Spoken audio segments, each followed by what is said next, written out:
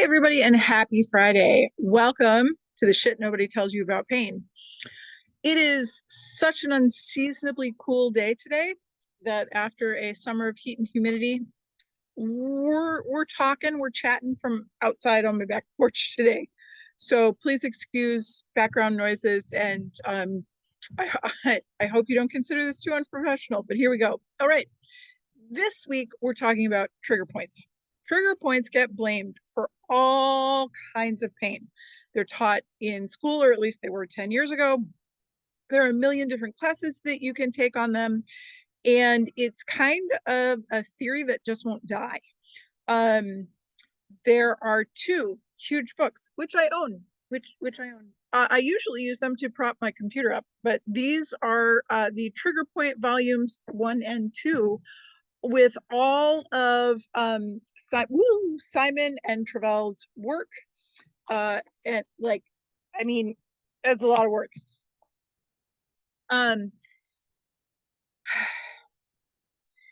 It's called The Shit Nobody Tells You About Pain for a reason, right? So I wanted to show you the books because there is an enormous amount of misinformation out there about trigger points. So let's just go through some of the known data before I tell you why this is not really something you need to worry too much about. And if you've been told it's the reason for your chronic pain, we need to move on to other things, right? Especially if you've been told it's the reason for your chronic pelvic pain. You're gonna love my tidbit on that we're gonna get to in just a second. Okay, so what is a trigger point? Typically, we talk about it on the professional side as a hyper irritable spot of muscle that causes pain and can refer pain from said trigger point. There are maps, like you could Google search trigger point referral points, and all kinds of maps will come up. You experience them as tender knots, and people believe that they come from muscle stress, injury, and repetitive strain, like doing the same thing over and over and over again, which then leads to poor circulation, buildup of gunk or waste in that area, and creates a cycle of pain and muscle tension. Now, I am not saying that the knots that you feel are not real. I am not discounting actuality. I have experienced them as a human being. I have experienced them as somebody that does manual therapy to other people and has in clinic. We know that there are things that you can feel with your fingers where the muscle gets all knotted up. And it probably does so because of all of the things I just said. But you know what else muscle can get tight from? Guarding. You know what drives that? If you've been following me at all, you do. It's your nervous system. Your nervous system decides the state of your muscle. So if you are having knots, chances are you're having stress, you're responding to the stress, and you're tightening around the area to splint it, okay? So since I've already told you they're real, I know that they cause pain. I know that they exist. I have felt them on my body, and I have felt them on other people's bodies. Why am I saying trigger points aren't real? Because of this. So Simon and Travell, the people that wrote those giant books that I just held up, basically decided that those trigger points are because your fascia gets all bulked up, and then you got to smooth the fascia out, and you got to get rid of the trigger point by pressing on it or digging into it, or sometimes injecting it with cortisone or dry needling it. And that when we can get rid of those trigger points, which are in certain locations, that's another key part of their theory, we can get rid of pain.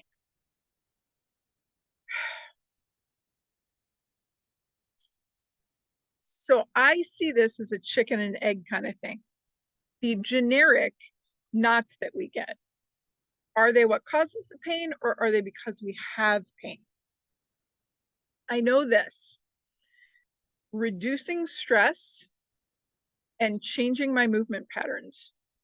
Get rid of those tender points without foam rolling and spiky balls and green sticks with the knobbies on the end. Now, those can be helpful at time to help me relax. Well, never the foam roller for me. It may for you. But those are tools to help us relax, not tools to dig into our flesh until we're like bright red and wanting to die. Okay.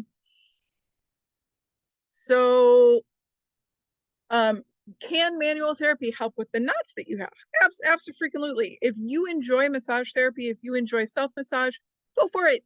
Do it. If you like needles, I mean, go ahead with the dry needling. I do want to let you know that research has shown us dry needling is really no more effective than being poked with a toothpick. So it doesn't have to break the skin. It's not getting rid of a trigger point because of this. Here's the thing. The scientific evidence. So like when we put a bunch of experts in a room and say, okay, go find the trigger points on these patients who are having pain. Nobody agrees where the trigger points are on those patients. Even the people that wrote the book did a study together, and they did not agree between themselves on the same patients. That is a huge problem. If the founders of the theory can't identify trigger points, if we can't identify them on imaging, if we can't see them and the only thing we're relying on is somebody else's human touch, that is a terrible explanation as to why we have pain. So generalized knots and owies, yes. Trigger points that must be treated with dry needling or specific pressure or acupressure, or even up the chain into pain management with steroid injections and lidocaine injections and the like. No, it's just that the evidence is just not there. And if you think about your own treatments, I am positive they have reduced pain for a time, but have they solved the problem? There are endless studies that debunk trigger points. You have to look for them, and it does help if you understand what a good design study is, because there's plenty of poorly designed studies that tell us, oh yeah, trigger points are a thing. But again, when the people that wrote the great big giant books can't agree, that's not great evidence. And the other thing, when we're looking at like trigger points and their referral pain, as if we're looking at that as the cause, right? Because we all want to know, why do I hurt? Why do I hurt? Why do I hurt? Right? That's why I have a YouTube channel, is to help you understand. But if we're saying the reason for the pain is these trigger points, and you are doing everything in your power to treat these trigger points, and your pain is not going away and nothing is changing, I suggest to you that that's because the whole biopsychosocial, the layers of pain, the number of things that feed into chronic pain has been completely abandoned for a tissue issue.